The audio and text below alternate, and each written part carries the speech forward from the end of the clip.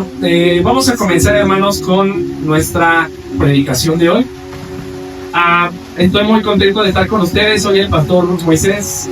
No puedo estar, pero pues gracias a Dios que la palabra puede ser compartida, no solamente por él, y podemos nutrirnos nuevamente. Amén. Muy bien, iglesia. Hoy quiero compartirles acerca de Primera de Timoteo. Así que vayamos a Primera de Timoteo, capítulo 4.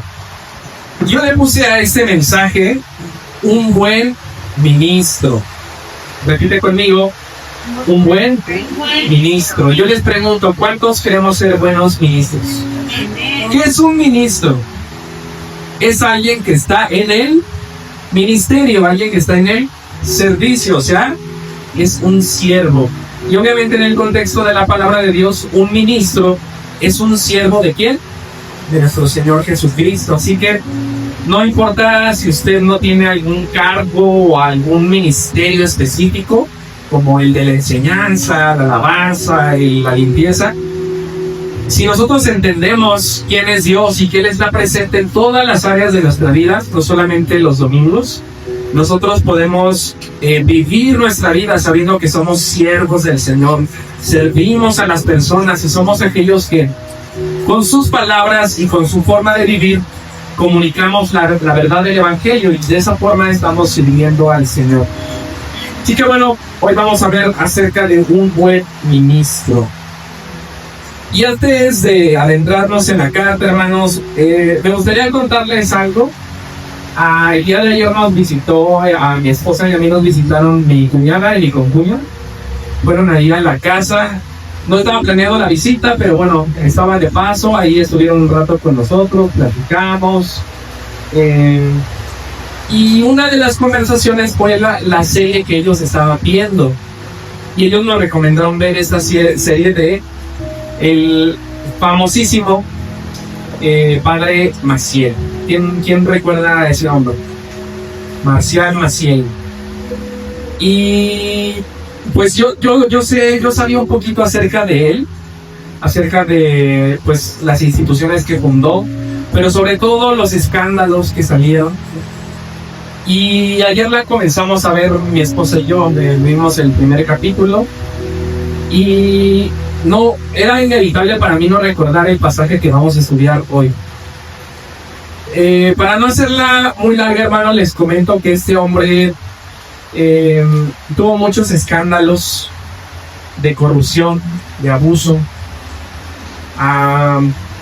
Se le encontraron diversas fallas a lo largo de su ministerio, y a pesar de que se le halló culpable, la Iglesia Católica, como los legionarios de Cristo, se puede decir que algo que él fundó, inyectaba mucho dinero, pues imagínense, lo tenían bien protegido. Él se murió en su cama, sin pisar una cárcel, y pues humanamente podríamos decir que salió impune, pero usted y yo sabemos que delante de la presencia de Dios, el juez que todo lo sabe, el juez justo, nadie puede escapar. Amén.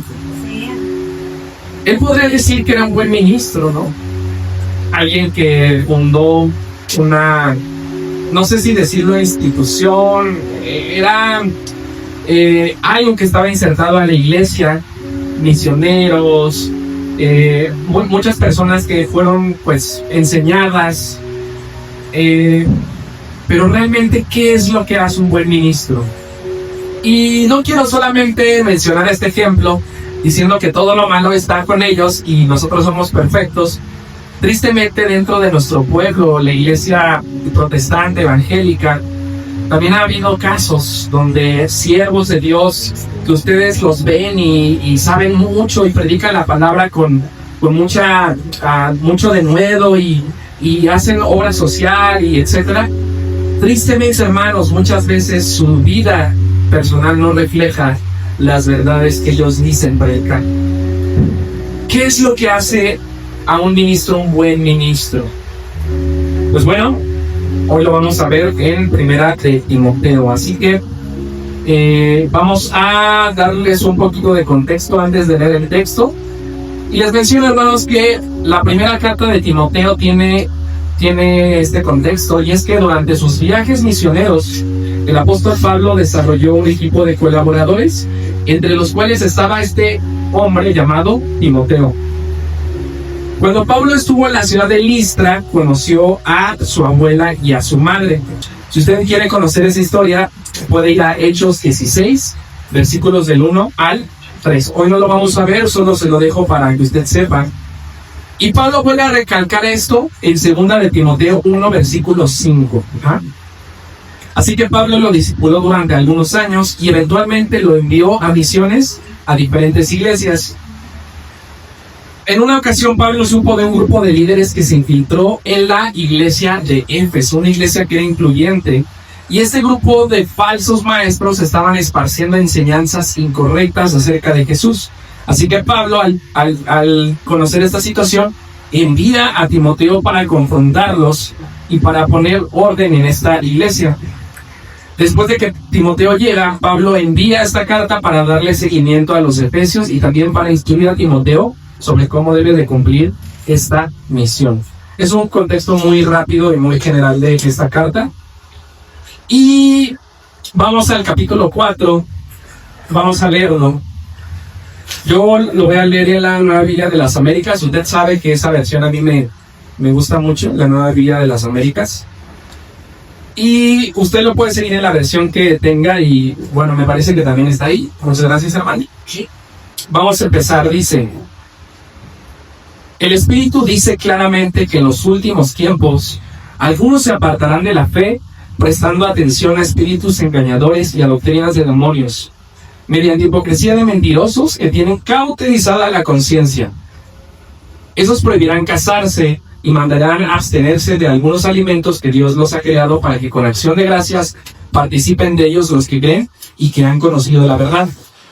Porque todo lo creado de Dios es bueno y nada se debe rechazar si se recibe con acción de gracias, porque es santificado mediante la palabra de Dios y la oración. Al señalar estas cosas a los hermanos, serás un buen ministro de Cristo Jesús, nutrido con las palabras de la fe y de la buena doctrina que has seguido. Pero nada tengas que ver con las fábulas profanas propias de viejas. Más bien, disciplínate a ti mismo para la piedad. Porque el ejercicio físico aprovecha poco, pero la piedad es provechosa para todo, pues tiene promesa para la vida presente y también para la futura. Palabra fiel es esta y digna de ser aceptada por todos.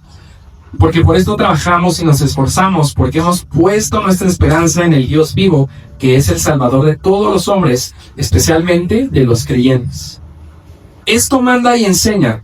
No permitas que nadie menosprecie tu juventud, sino sé ejemplo de los creyentes en palabra, conducta, fe, amor y pureza. Entre tanto que llego, ocúpate de la lectura de las Escrituras, la exhortación y la enseñanza. No descuides el don espiritual que está en ti, que fue conferido por medio de la profecía con la imposición de manos del presbiterio. Reflexiona sobre estas cosas, dedícate a ellas para que tu aprovechamiento sea evidente a todos. Ten cuidado de ti mismo y de la enseñanza. Persevera en estas cosas, porque haciéndolo asegurarás la salvación tanto para ti mismo como para los que te escuchan. Muy bien, hermanos, hoy vamos a ver cómo un buen ministro está alerta a las falsas enseñanzas, se ejercita en la piedad, es un ejemplo a los creyentes y enseña y vive la verdad. Cierra sus ojos. Amado Señor, te damos gracias por esta tarde, una tarde lluviosa, pero en una tarde donde gozamos de tu bendición, Señor. Gracias por mis hermanos que estamos aquí juntos, reunidos en tu nombre para escuchar tu palabra. Yo pido, Señor, que tú abras nuestro corazón para que sea una buena tierra, que tú nos ayudes a entender el mensaje y a mí, que soy el comunicador, me ayudes a ser claro, Señor. Habla a tu pueblo a través de mi vida y a través de este capítulo de 1 de Timoteo, Señor, y ayúdanos a llevar a cabo por obra lo que hoy aprendamos. Te bendecimos, Señor, eres bueno y eres fiel. En el nombre de Cristo Jesús. Amén. Muy bien, vamos a nuestra primera parada. Y primeramente Pablo nos dice que un buen ministro está alerta a las falsas enseñanzas. Voy a leer nuevamente los versículos del 1 al 5 y voy a ir por partes. Pablo dice: El Espíritu dice claramente que en los últimos tiempos algunos se apartarán de la fe. Aquí hay algo muy interesante, hermanos, porque Pablo está asegurando que es el mismo Espíritu Santo el que está revelando esta verdad. Y si usted recuerda, hermano, Jesús ya les había advertido a sus discípulos que en los últimos tiempos se levantarían personas malvadas que buscarían sus propios fines, que habría inclusive falsos mesías que clamarían salvación en su nombre. Y Pablo está recalcando esta verdad en los últimos tiempos. La pregunta es, ¿cuáles son esos últimos tiempos? Creo que hemos visto esa frase en otras partes de la Biblia, ¿verdad? Los últimos tiempos o los últimos días. Este es un concepto teológico, hermanos, que se refiere al tiempo entre la primera venida de Jesús y la segunda venida.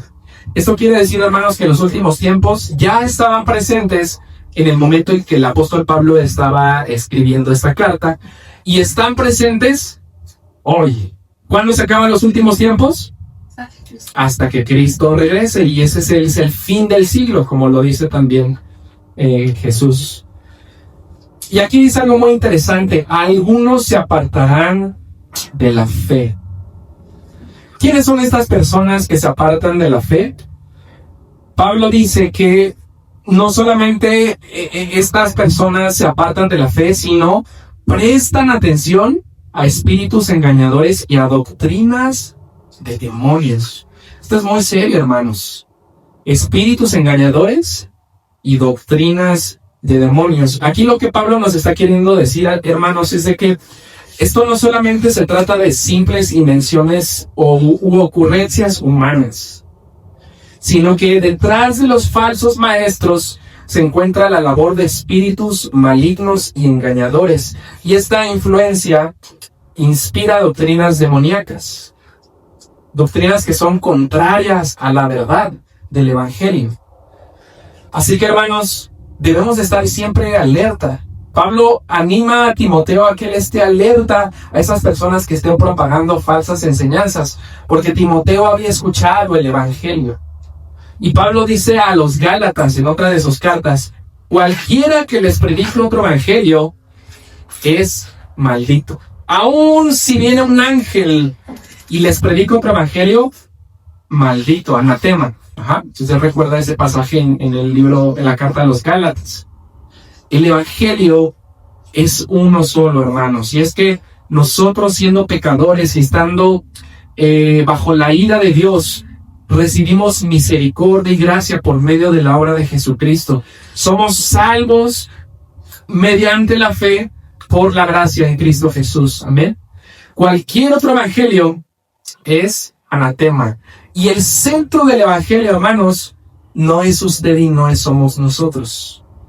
No es usted y no soy yo, sino es la persona de Cristo Jesús. Por eso, hermanos, debemos estar apercibidos en las Escrituras, en la comunión unos con otros, en oración, porque van a venir voces a nosotros que nos van a querer engañar y que van a sonar como verdadero, pero si estamos bien apercibidos y estamos bien cimentados en las verdades de la fe, nosotros vamos a poder distinguir entre lo que es falso y lo que es verdadero.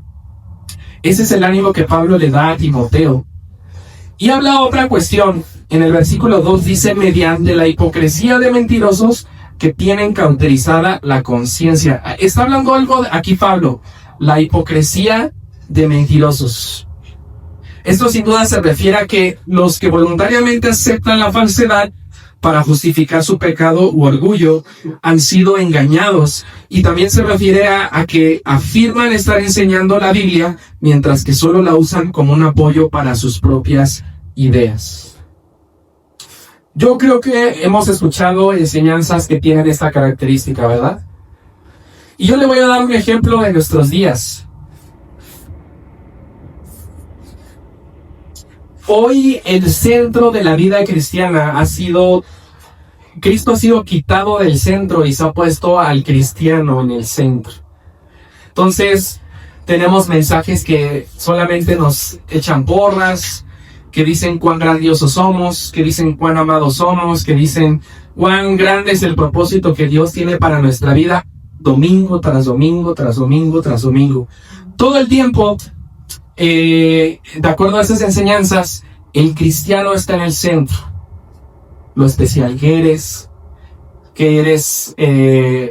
lo mejor, que Dios quiere prosperarte todo el tiempo.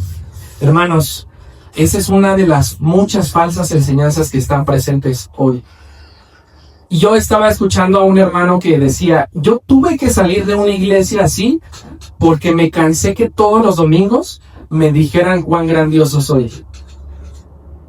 Porque, hermanos, usted y yo no somos grandiosos. Sí, somos especiales en el Señor, somos amados. Hemos sido comprados a un alto precio. Pero usted y yo sabemos, como decimos los mexicanos, de qué pie cojeamos. Y yo al verme al espejo no puedo decir soy grandioso. Yo reconozco que soy un hombre pecador que necesito la ayuda de Cristo día tras día. Y que Cristo es el centro del Evangelio y que venir a Cristo me abre los ojos a la realidad del pecado, de la maldad, pero también de la gracia, de la salvación, de la vida eterna, y me transforma para poder vivir esta vida de acuerdo a sus propósitos.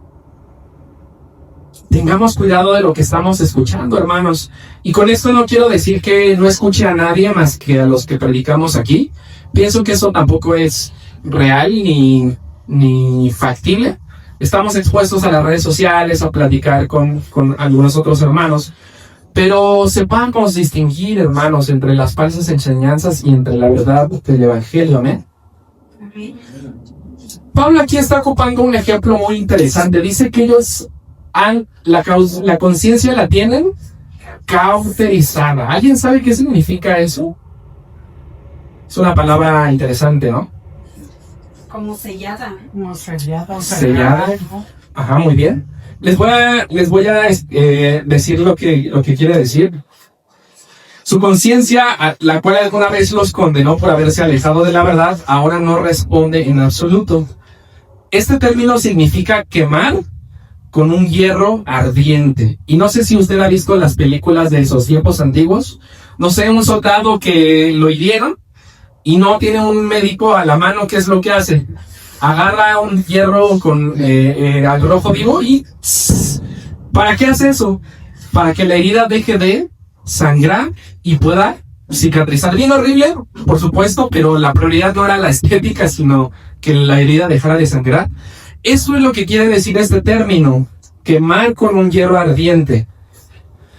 En este caso, la figura podría significar que esos falsos maestros tenían una marca, pero no la de Cristo, sino la del diablo, porque era su verdadero dueño, como Jesús lo enseñó en Juan 8. Su padre de ustedes, le dijo Jesús a esos fariseos, no es Abraham, es el diablo. Algo muy fuerte que dijo Jesús. Sin embargo, este verbo también tiene otro uso entre los médicos griegos y se aplicaba al procedimiento de quemar una herida para cicatrizar, a lo que les comenté. Al usar este tratamiento, el lugar que era cauterizado quedaba anestesiado o insensible, pues se mataba el tejido. Fíjese, Pablo está diciendo que estas personas han sido marcadas y han perdido la sensibilidad. Y esto es muy peligroso, hermanos. Nos puede pasar a todos. Si no somos conscientes de nuestro pecado y no lo abandonamos, la conciencia, un regalo que Dios le puso al ser humano, que lo acusa y le dice, ¡hey, eso no está bien! ¡Eso no está bien! Si nos hacemos oídos sordos, nuestra conciencia poco a poco, su voz, se va haciendo más bajita, hasta que ya no hay nada. Y por eso uno dice, bueno, es que ¿cómo pueden existir hombres o mujeres que hagan estas atrocidades? Apenas vimos una noticia en la semana de un tiroteo, otro tiroteo en Estados Unidos. Y uno se pregunta, es que ¿cómo alguien puede tener la sangre fría para entrar a una escuela de niños y comenzar a hacer un tiroteo? Seguramente muchos de ellos, esa voz que les dice, eso está mal, ha sido acallada. Por eso usted y yo, hermanos, somos animados a tener cuidado, a prestar atención a nuestra propia vida y a ser sensibles a la voz del Espíritu cuando Él confronta nuestro pecado. Amén. Y bueno, Pablo aquí da un ejemplo. Recuerden que yo le mencioné en el contexto que Pablo envía a Timoteo para atacar falsas enseñanzas en Éfeso. Y una falsa enseñanza que seguramente rondaba ahí era de aquellos que estaban prohibiendo el casarse o el comer ciertos alimentos. Eso se le conoce como ascetismo. Ajá. Una creencia que viene de los gnósticos que rechaza todo lo que es material. Ellos decían todo lo material es malo. Entonces tengo que abstenerme de todo lo material y vivir una vida elevada, fuera y lejos de las banalidades del mundo como un monje, ¿no? Y por eso el casarme está mal, porque eso alimenta mi carne, y el comer esto está mal, y todo está mal, y todo está mal. Pablo dice, esas son falsas enseñanzas. Eso no está bien. Y él dice que no debe de desecharse porque no estamos limitados por ningún tipo de dieta. Lo que comemos o no comemos no nos hace más justos ante los ojos de Dios. Y Pablo dice que debemos de orar en gratitud por lo que hemos recibido. ¿Ah? Y yo sé que muchas veces tenemos esta clase de creencias y vemos al diablo en todo, y no hagas esto, y no comas esto. Y claro, hay cosas que debemos de evitar porque son pecaminosas, pero a veces... yo crecí en un tiempo donde era normal prohibir todo, hasta beber la coca, imagínense, ¿no? Hasta en la coca se veía al diablo. Pablo dice, ey, no, digo, tal vez es malo en otro sentido de que es pura azúcar y me va a hacer mal a mi cuerpo, ¿no? Pero Pablo está diciendo, ten cuidado con esas enseñanzas, lo que tú hagas, lo que comas o no comas, lo que consumas o no consumas, no te hace mejor delante de Dios. Ajá. Eso es lo que está diciendo Pablo. Vamos a avanzar, hermanos, al versículo 6. Y es que un buen ministro no solo está alerta a las falsas enseñanzas, sino se ejercita en la piedad. Vamos a leer el versículo 6.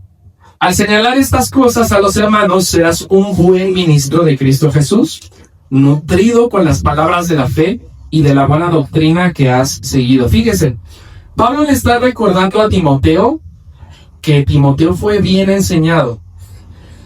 Ahora sí que Timoteo tuvo un excelente maestro, ¿sí o no? El apóstol Pablo. Y Pablo le estaba diciendo, tú no tienes excusa.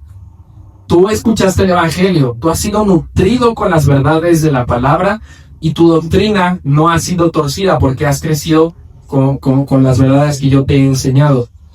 Dice el versículo 7, pero nada tengas que ver con fábulas profanas, pero profanas propias de viejas. Yo cuando leí esta versión dije, ¿cómo que de viejas? Hasta le dije a mi esposa. Y lo que investigué cuando estaba preparando este sermón es de que normalmente en esa cultura las mujeres no estaban bien educadas, porque la educación era exclusivamente para el hombre. Hoy, gracias a Dios, pues todos tenemos acceso a la educación e información. Pero lo que se cree es de que en ese tiempo las mujeres mayores inventaban mitos, leyendas, y eran muy prolíferas y eran creídas como eran creídas, y pues la gente era muy supersticiosa.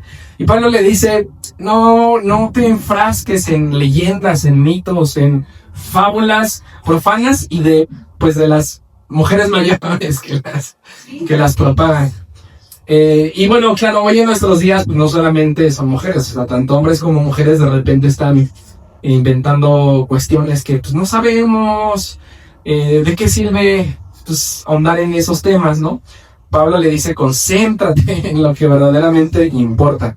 Y fíjense lo que dice en la segunda parte del versículo 7. Más bien, disciplínate a ti mismo para la piedad. Porque el ejercicio físico aprovecha poco, pero la piedad es provechosa para todo, pues tiene la promesa para la vida presente y también para la futura. Aquí Pablo nos está diciendo, hermanos, algo bien interesante. En la cultura greco-romana, el ejercicio era algo importante. Ustedes recuerden dónde se crearon las Olimpiadas. ¿Quiénes crearon lo que hoy conocemos como las Olimpiadas? Los griegos. Y los romanos también tenían sus propios juegos. Ajá. ¿Qué quiere decir esto? Y usted ve las estatuas de los griegos y de los romanos. ¿Cómo son los cuerpos? Entonces están fuertes, son estéticos, son musculosos, definidos, marcados, tanto de hombres como mujeres. Y esto nos habla, hermanos, de que el ejercicio era parte de su cultura, era algo importante. Y Pablo dice, mira, sí, el ejercicio aprovecha, es bueno, pero te voy a decir algo que es mejor. La piedad. Ejercitarte en la piedad. Yo quiero preguntarte, ¿qué es la piedad? ¿Qué entiendes por el concepto de piedad? Quiero que te lo preguntes por un segundo.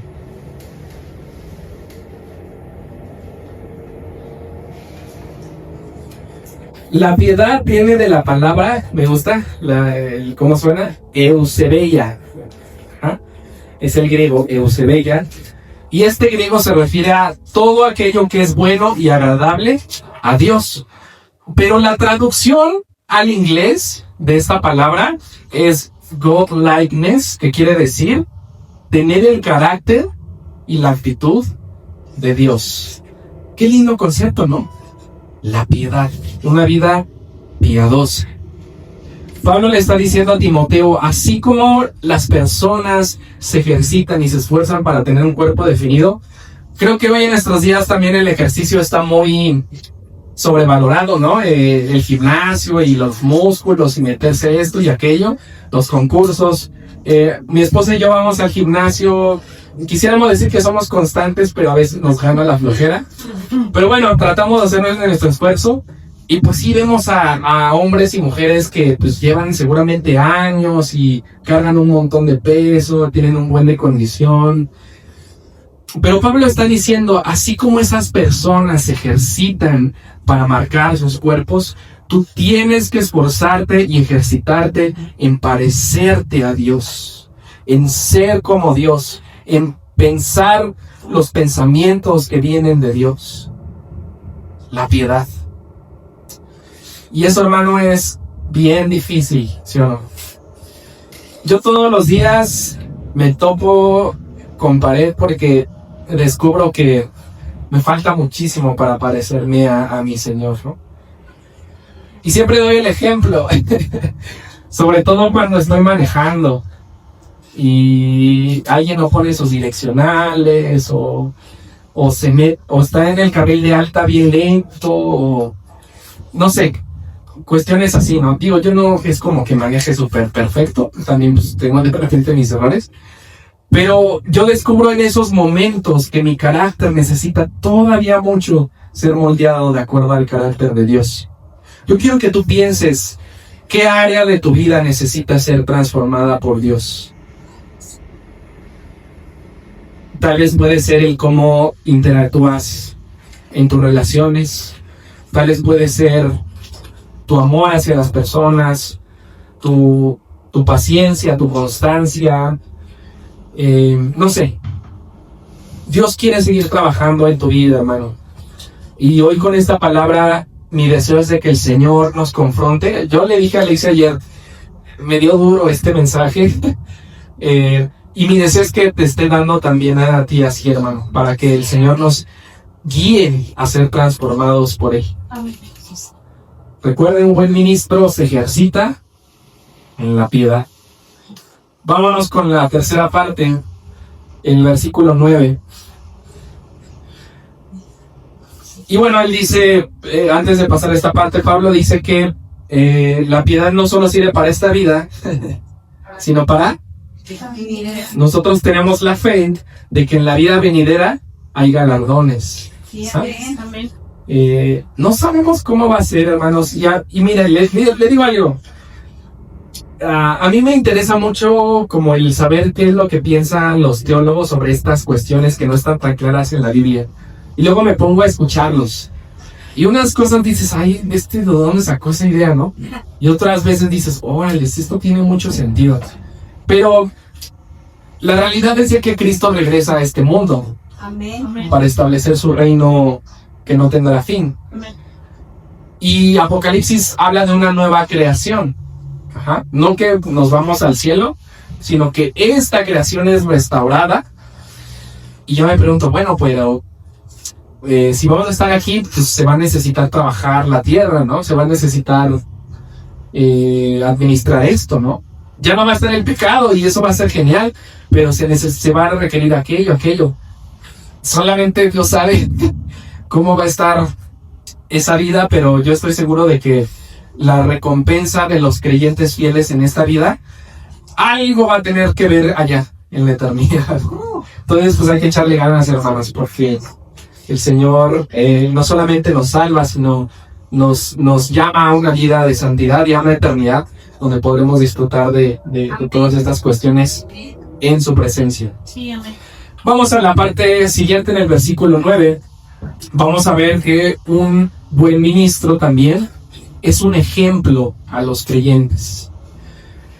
Palabra fiel es esta, versículo 9, y digna de ser aceptada por todos, porque por esto trabajamos y nos esforzamos, porque hemos puesto nuestra esperanza en el Dios vivo, que es el Salvador de todos los hombres, especialmente de los creyentes. Fíjese, aquí Pablo continúa ocupando la figura del ejercicio o del entrenamiento deportivo para referirse al ministerio. Fíjese, indica que este desarrollo espiritual, al igual que el físico, requiere un trabajo arduo que implica fatigarse y de luchar, que indica esforzarse para alcanzar una meta elegida, previa y libremente. Pablo, en 2 de Corintios, va a decirle a los corintios, si alguien ha trabajado, soy yo. Él está defendiendo su apostolado que estaba siendo puesto a prueba o en duda, en tela de juicio por los corintios. Pablo dice, yo he trabajado. Y el servir al Señor, hermanos, no solamente esto es para los pastores, los misioneros, etcétera. Como yo le he invitado a replantearse, todos servimos al Señor y todos estamos constantemente comunicando el Evangelio a través de nuestras palabras, pero también a través de nuestra vida. Eso requiere un esfuerzo, hermanos. Ejercitarse requiere un esfuerzo, y me gusta este concepto. Requiere un esfuerzo tal que se llega a la fatiga. O sea, darle, no te canses. Pablo le va a decir a los colosenses, no te canses de hacer el bien porque a su tiempo cosecharemos, si no, desmayamos. Y Jesús en los evangelios dijo, mi Padre y yo siempre estamos trabajando. Este es un llamado para todos los cristianos, hermanos, y sobre todo para aquellos que van a servir de una forma particular al Señor. Que si estamos cansados, sea por servir al Señor. Amén. No cansados por el pecado o cansados porque no sabemos qué hacer en nuestra vida, sino cansados por decir, ay, no sé, recibí a esta familia y me cansé de preparar alimento, pero el Señor habló a sus vidas. O me cansé porque eché aventón a los hermanos, o me cansé porque tuve una llamada de un compañero de trabajo que necesitaba consejo y estoy... Ese cansancio, hermanos, es un cansancio diferente. Y si bien también hay tiempo para descansar, el Señor también nos invita a tomar tiempos de descanso. Eso no quiere decir que no vayamos a descansar nunca, claro. Pero el Señor nos anima a trabajar arduamente. Y mi ánimo, iglesia, esta preciosa iglesia, ¿sabe? Entre paréntesis, siempre que platico de este grupo, siempre digo que es un grupo muy lindo. Siempre digo que es una iglesia muy... Se siente el amor, la comunidad de hermanos de la iglesia. Y yo sé que ustedes conocen esto, el trabajo arduo. Y doy gracias a Dios por sus vidas. Porque, pues hermana Irene, Mari, tía Susi, ustedes han sido ejemplo para mí en esto. Gloria a Dios. Amén. Gloria a Dios.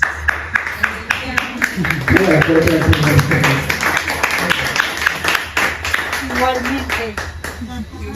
Son un ejemplo, hermanas. Y pues gracias a Dios por sus vidas. El Señor no se queda con nada. Amén. Él es galardonador de los que le buscan y le sirven. Y animémonos unos con otros en seguir sirviendo al Señor. Amén. Amén. Vamos a continuar. Dice el versículo 11. Esto manda y enseña. Y yo que estaba desglosando el texto, hermanos, descubrí que la palabra enseñar, mandar, señalar, aparece 5 o 6 veces dependiendo de la versión. O sea, Pablo le está insistiendo mucho a Timoteo: enseña, esfuérzate.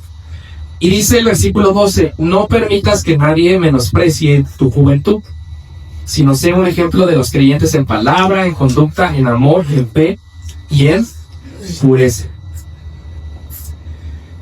Hay algo bien interesante aquí, hermanos, y es, pues, Pablo le dice a Timoteo que nadie tenga en poco tu juventud. Y es un versículo que a los jóvenes nos enseñan mucho, ¿sí o no? Que nadie tenga en poco tu juventud. Pero investigando, yo encontré que la palabra juventud que está ocupada en este texto, que es neotes, se aplicaba a aquellos que eran menores a 40 años. Lo cual muchos teólogos piensan que Timoteo tenía entre 33, 38 años. Máximo 40 años. ¿Por qué? Porque al considerarlo muy joven, era más bien una función de la cultura de la época, ya que generalmente los líderes de la comunidad, incluyendo los líderes religiosos, eran personas de edad avanzada. Y tal vez había algunos maestros o algunas personas mayores que estaban menospreciando a Timoteo por ser menor de 40 años, ya que en su cultura pues lo normal era que un líder tenía que ser alguien de edad avanzada. Pero Pablo le está diciendo: no permitas que menosprecie tu juventud, sino sé ejemplo. Y un buen ministro, hermanos, tiene que ser ejemplo. Tiene que tener una vida ejemplar. Y yo sé que es para todos los cristianos, pero obviamente las personas que tienen un liderazgo tienen una responsabilidad aún mayor. Y aquí Pablo da 5 cualidades. Tiene que ser ejemplo en palabra. ¿Qué quiere decir esto? Que tiene que hablar un lenguaje o de una forma sana, pero tiene que ser congruente con sus palabras. A eso se está refiriendo. Tiene que ser un ejemplo en conducta, y ahí están las dos. Lo que digo y lo que hago tiene que ser congruente. Hablar bonito es fácil, actuarlo hablado es más difícil. Pablo insta que tiene que ser íntegro, tanto lo que él dice como lo que hace. Su conducta, su amor, el amor que Timoteo mostraba para con las demás personas, un amor sincero. Su fe, que esta palabra se refiere a su fidelidad. O sea, un ministro no tiene que estar así: y un día estoy animado y un día estoy triste, y un día quiero hacer muchas cosas y un día pues me quiero ir al mundo. No, su fidelidad, tienes que ser fiel, y la fidelidad obviamente se prueba en los tiempos difíciles. Y su pureza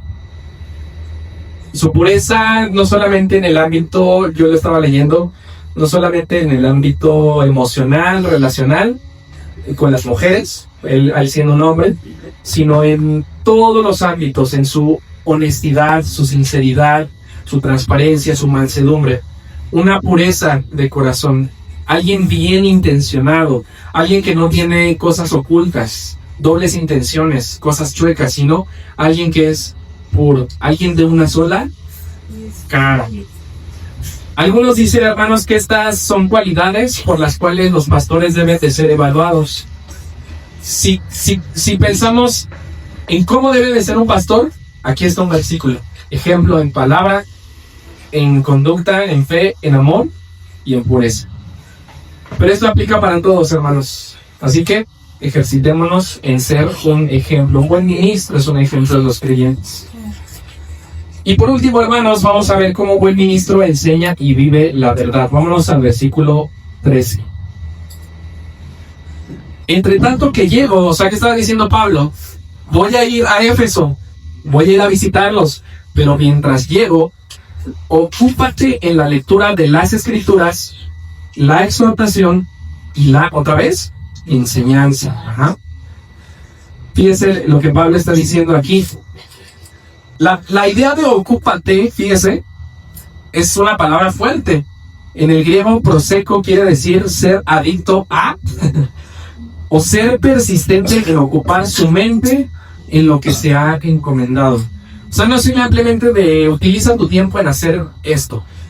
Ocúpate, concéntrate, prepárate para hacer todas estas cosas, para enseñar. Pablo a continuación dice: no descuides el don espiritual que está en ti, que fue conferido por medio de la profecía con la imposición de manos del presbiterio. Aquí esta palabra don viene de la palabra griega charismatos, ajá, un carisma, y se refiere a la variedad de dones espirituales. Ajá. Pero lo que se cree aquí, hermanos, es de que el don del cual Pablo le estaba instando a Timoteo a no descuidar era el don de la enseñanza.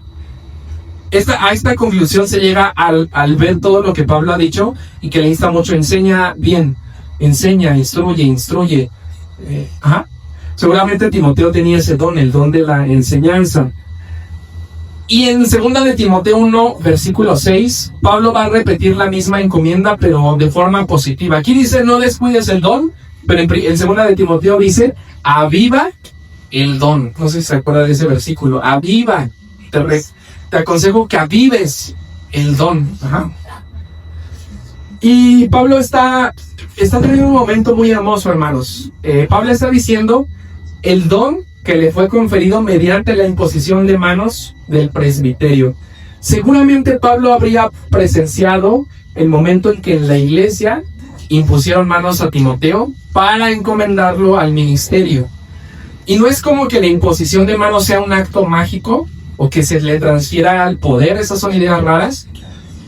Más bien es un acto de consagración, donde estamos diciendo a la asamblea o a la iglesia: esta persona está siendo apartada y designada para cumplir esta función, y nosotros lo avalamos, nosotros lo respaldamos.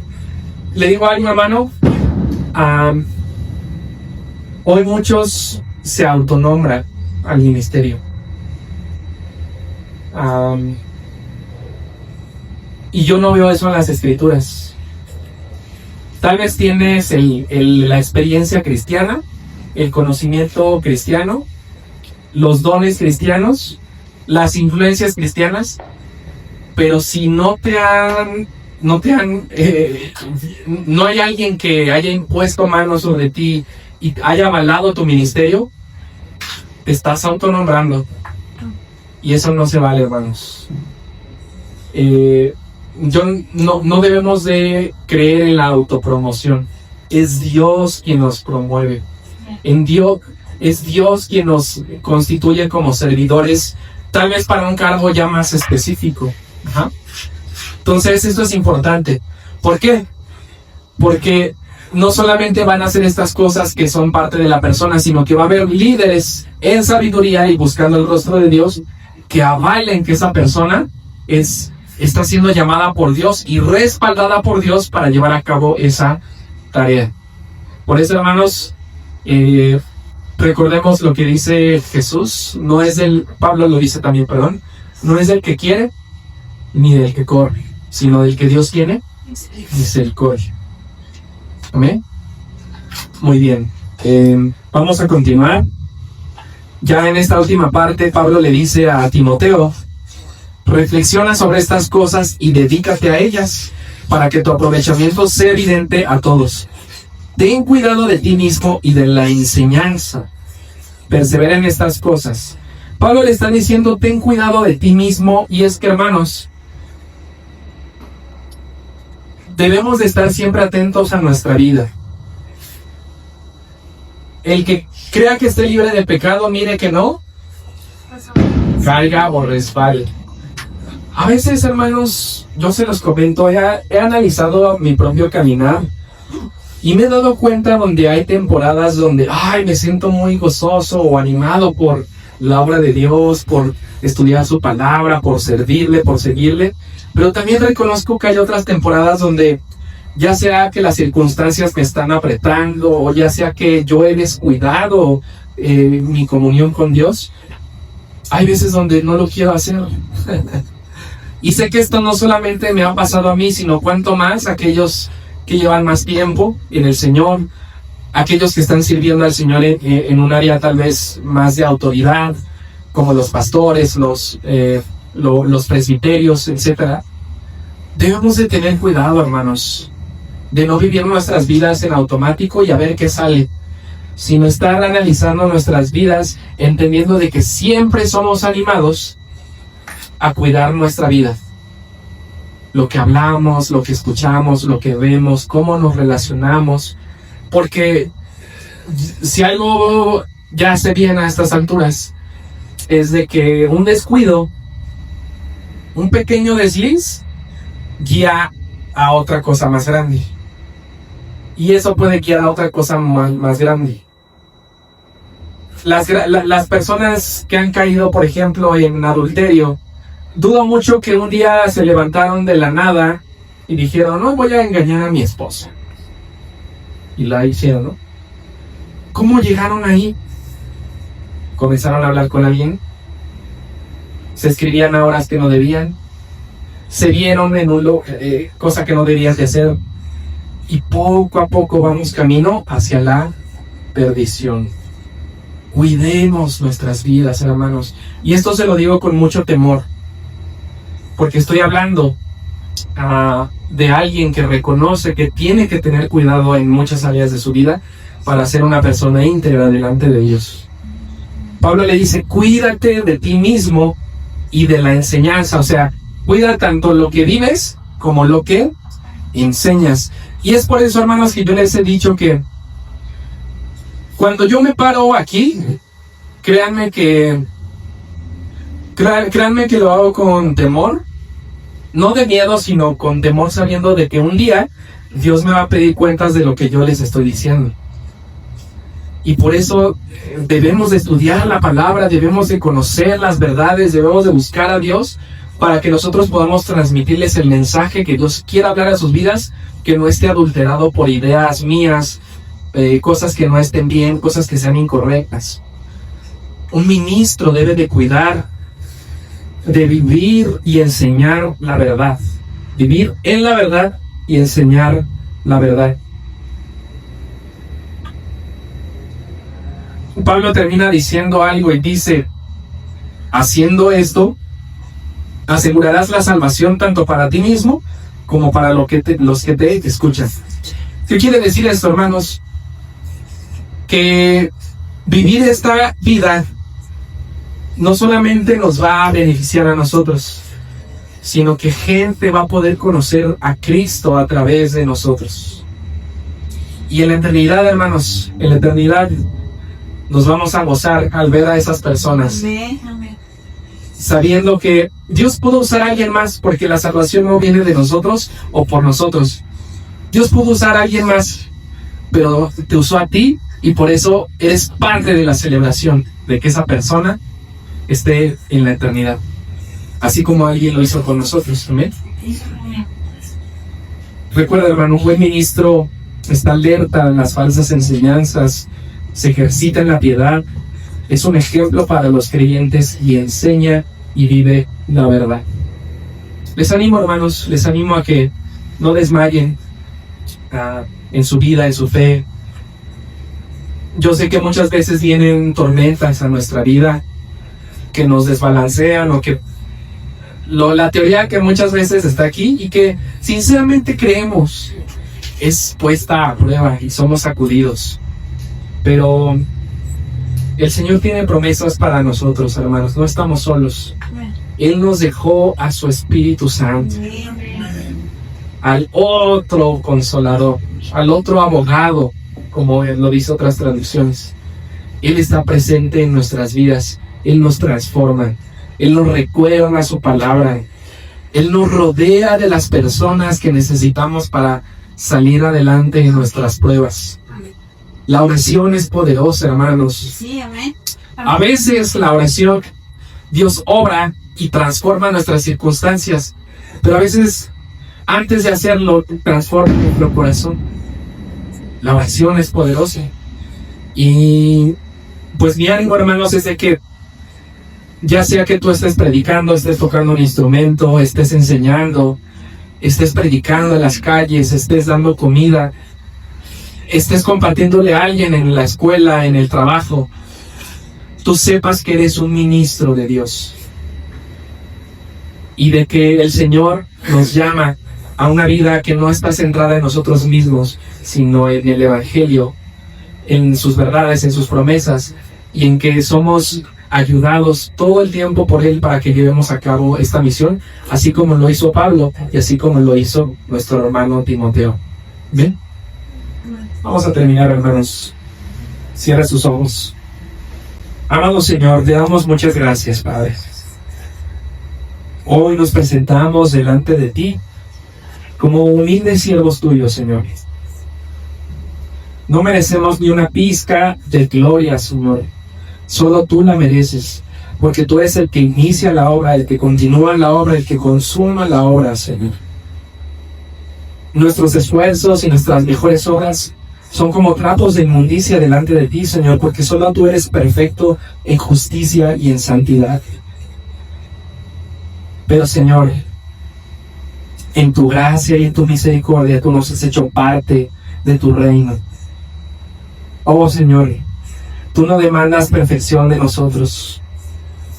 Tú no pides a los mejores predicadores, a los teólogos más inteligentes, a las personas que has dado dones. Todos tenemos algo, pero no nos has dado, no para nosotros, para nuestro propio beneficio o vanagloria, Señor, sino nos los has dado para servir a tu iglesia.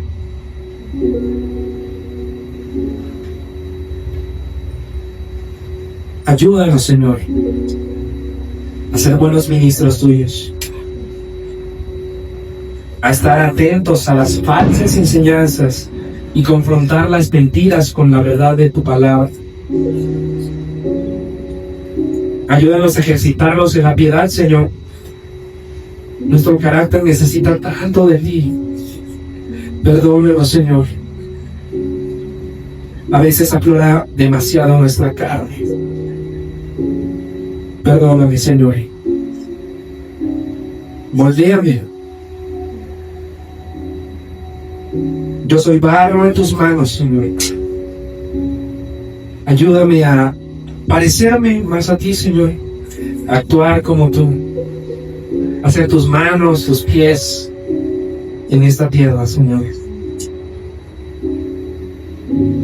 Ayúdanos a ser un ejemplo para los demás, Jesús. Que nosotros puedan ver una vida íntegra, una vida cultivada en la intimidad, que dé fruto, Señor, en el Espíritu. Tú dijiste que cómo conocerán que tú eres el Cristo, que nos amemos entre nosotros. Señor, ayúdanos a amarnos. Ayúdanos a ser fieles a ti y al llamado que nos has dado, Señor, en las pruebas, en las dificultades sobre todo. Y a que nuestra vida sea una vida de pureza. Ser íntegros, ser transparentes. Ser los mismos en lo solitario y en lo conjunto, Señor. Ser los mismos en la bonanza y en las pruebas. Ayúdanos, Señor. Ayúdanos a enseñar la verdad, a conocerla en tu palabra, a ejercitarnos en las Escrituras, pero también a vivirla, Señor, a tener cuidado de nuestras vidas. Y todo esto para tu gloria, Señor, y para que la gente pueda conocerte, la gente pueda venir a tus pies, Señor. Usa nuestras vidas, usa la vida de cada persona y familia de Monte de Dios en San Mateo Atenco. Y que tú recibas grande gloria, Señor, porque nada nos pertenece, todo es por ti y para ti, Señor. Alabados sean, Padre. Ayúdanos en esta semana a poner en práctica estas cosas. Y no solo esta semana, sino el resto de nuestras vidas, Señor. Oramos en tu santo y bendito nombre, Señor. En el nombre de Cristo Jesús. Amén. Muy bien, iglesia, pues espero que el Señor haya hablado a sus vidas. Ofréndele almas a Dios.